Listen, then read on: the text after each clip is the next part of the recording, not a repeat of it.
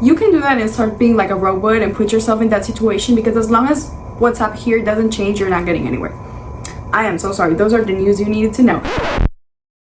Hello everyone, welcome back to my channel. We are here today discussing what most people are discussing nowadays: the new reset, the mid-year reset, the June reset, what to do, what you're gonna have to implement now that half of the year is literally gone.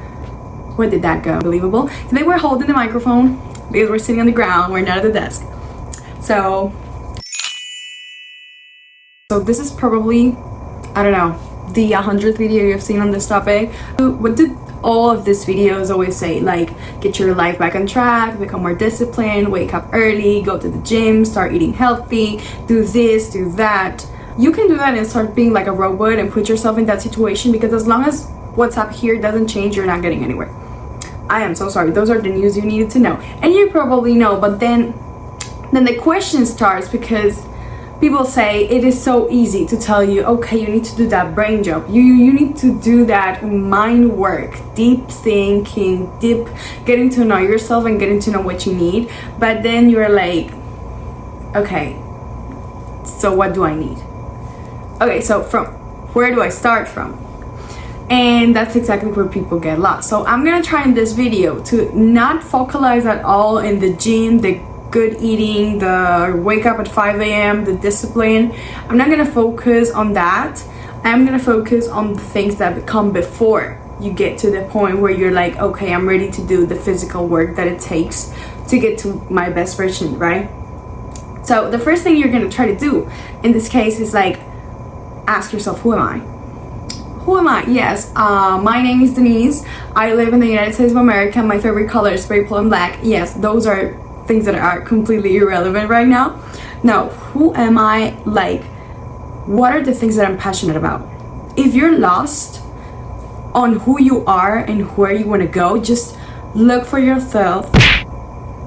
Look for yourself in the little things, in the tiny things that you love that make you you.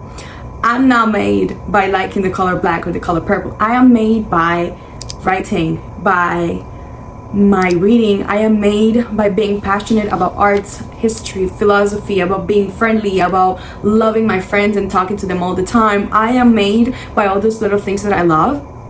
They are deeply tangled into my soul. So you need to think about what those things are for you and start from there.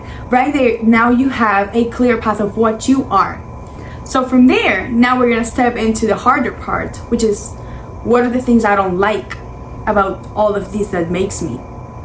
Because you need to put every single thing that reminds you of you, every single thing that is part of you, even though part of you is, I'm gonna make a stupid example, not taking out the trash when you're asked to do so. So maybe that might be something you don't like about yourself. So now, within the things that you don't like, just write it down if you need to, so that you can visualize it a little better. You're gonna take all those things and you're gonna change them.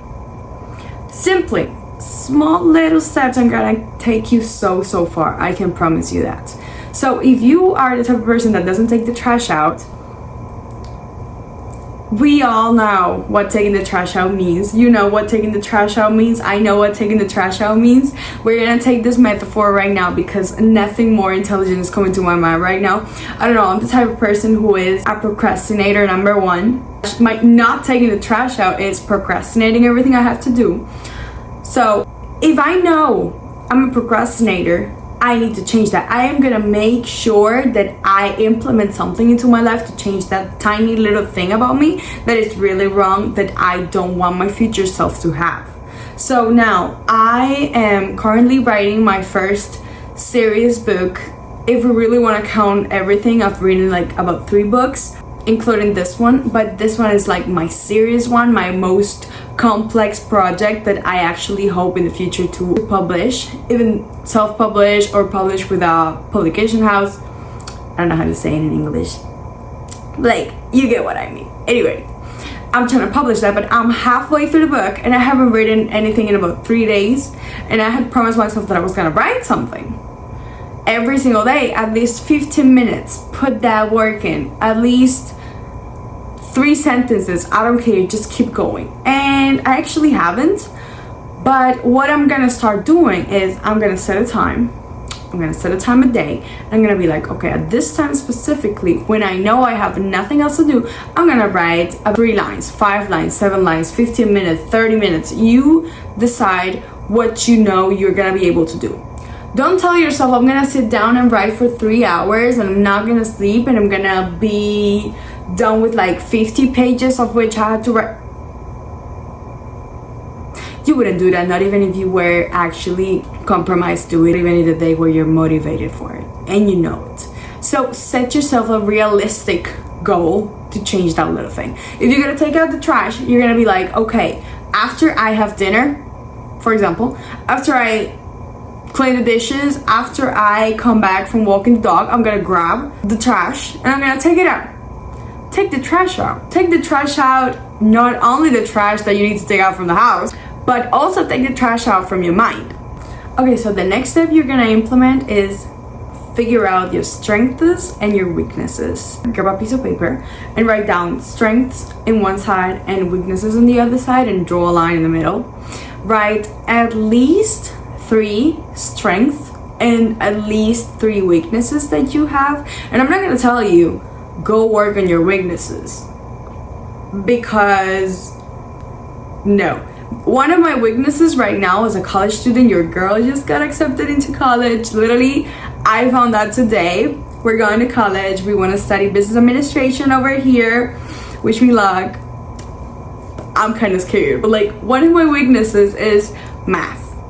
Anything related to math is my weakness, but I'm not gonna tell myself, okay, I need to be bright in math now. Why? You need to identify it, okay? You need to know that you are not good at something. I need to know that I'm not good at math and I'm not good at physics and I'm not good, especially I'm not good in science or biology or chemistry or none of that. I need to know it so that way I don't go on a road that's gonna take me somewhere hard and it's not gonna give me anything back. I am always in for a challenge, but a challenge that I know it's gonna be good for me. That's why I'm challenging myself with business administration. Because, okay, it requires a little bit of math, but it's nothing I can't handle. If I know my weakness, I don't know, I'm gonna make another example. We're gonna take it out of the college area because some of you might not be studying anymore and this might not be something you relate to anymore, which is completely fine. We're gonna go with another metaphor. Maybe I don't know how to swim. Why would I want to learn how to swim when I'm super good at jumping? Why would I want to do that? I want to get better at jumping because I already have a talent for jumping, so I want to develop that and take it up to the next level. You're gonna figure out what your strengths are, and you're gonna strengthen them even more. Because if you're talented at something and you're disciplined enough to pursue it, there is no one who's gonna be better than you at that. So I'm not good at math. I am horrible at math and science, but I am super good at philosophy. I'm sorry if that didn't sound humble. I am very good in philosophy, history, art. I have a passion for that. I have a sort of a talent for that. So why would I want to spend my time now that I'm in college that I really don't need none of that, implementing the only thing that I'm not good at? I'm gonna try to get better in philosophy. I'm gonna try to get better in history. I'm gonna try to get better in arts, especially because it's something I'm passionate about. But in history, there is so many literature figures and mathematicians and scientists who were not good in the opposite thing. Now, don't fact check me on this. I'm just gonna make an example. Imagine if Galileo Galilei had gone to school and he was absolutely horrible in English and in literature and in history, and he didn't know how to deal with it. So he spent all of his time trying to get better in history that he literally set aside science and he was like, okay, it's fine, I can manage through it, it's okay, I can leave it for later. He would have not become Galileo Galilei, right? He would have not focused on what he's actually good at, on the thing that he's passionate about and talented. You need to develop those strengths of yours and make them become your favorite and most useful weapon through life. Now, weapon has a negative connotation to it, but don't take it like, I'm gonna slay you with this. No. Weapons as in survival, as in what you're gonna use to get a job, to get a career, to get whatever you want in life.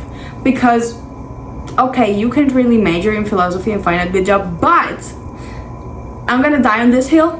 If you have philosophy, if you have a philosophy degree and you have any other degree, you are gonna be 100 times better than whoever else has the only other degree. Let me put this in more simple words. If I have a philosophy degree and a business administration degree, and I'm going against someone who only has a business administration degree, even though we have the same degree, which is actually valuable, and I have a degree that is never gonna get me a job, my critical thinking, my reasoning, my ability for logic and to find solutions and to help people and to be open-minded is gonna be 100,000 times better than the person who doesn't. So why wouldn't I want to pursue my talent if it's gonna get me so far? So you need to focus on your talents, on your strengths, on what makes you good, and know and identify your weaknesses so that you know what your limits are. Never be like, okay, I'm not good at math, but it's okay, I really want to study finance. No, you don't. A little tip to find your strengths, because I really want to get deep inside of it and not let any gaps for anybody to have to fill by themselves that then they don't know how to fill because they're like very confused about it. I really want to help because this was my gap where I had to go through, and it took me like 3 years to figure it out, and I'm still figuring it out right now. If you don't know what your strengths are or your weaknesses are, that is absolutely not a problem. Try it all. You heard me. Try it all. Try all sports. Try all, I don't know, go to a gym class, go to a Pilates class, go to try tennis, go and try volleyball, go and try basketball, go and try a library club, go try different styles, different foods, different environments, go to a club, go to a library, go to a high-end social meeting thing. Try it all. It don't matter. If you don't like something, you're like, perfect, now I know I don't like this. Now I know this is not something that aligns with me. Or if you try tennis and you're not good at tennis, you're gonna be like, okay, I know I'm not good at tennis. That's okay, that's my limit. Or if you are not really good, I don't know, riding horses, but you like it and you see that it's something that you can improve, you're gonna be like, okay, I'm not good at this, but I like it, and I kind of see potential in it. So it is something that I know that I can pursue, and it's something that I know I could get better at if I really wanted to, because it's not a weakness. Okay, we need to differentiate a lot the weaknesses from the simple things that we just need to learn, because a weakness is something that you know and you have tried and you just know and you have a feeling in your gut that it's just not for me. Feeling in your gut, not in your brain. You're not like, okay, I can't make it, that is not something I'm good at. No, that is not a feeling, God, that is insecurity. I am so sorry, love. That is insecurity, and you can make anything happen as long as you want it to happen. So you can just go right ahead and try, because if you're interested in it, there's nobody that's gonna come at you and it's gonna stop you from going ahead. Now, that's all for this video right here. I hope you guys liked it. I think I'm gonna make a second part because I think I have a lot to say about this, but I didn't want to make this too long. The most important thing I just want you to take from this video is remember that whatever happens, whatever you pick, whatever you choose, whatever you might decide to do, you have always the chance to do it again. You always have the pen in your hand, and remember that the pen also has a tiny eraser in the top, so you can go ahead, write something, and if you don't like what you wrote, just erase it real quick and write something else. Write something else that you're gonna like, then you're gonna feel like that resembles you, that you feel like deserves to be inside of your story, because it is your story, it is your life. You get the chance to write it however you want it. So do it the best you can. Mwah. see you next video. Please subscribe to my channel, and if you like the video, please leave me a little like in the comments. Mwah. In the comment, not in the comments, in the comment.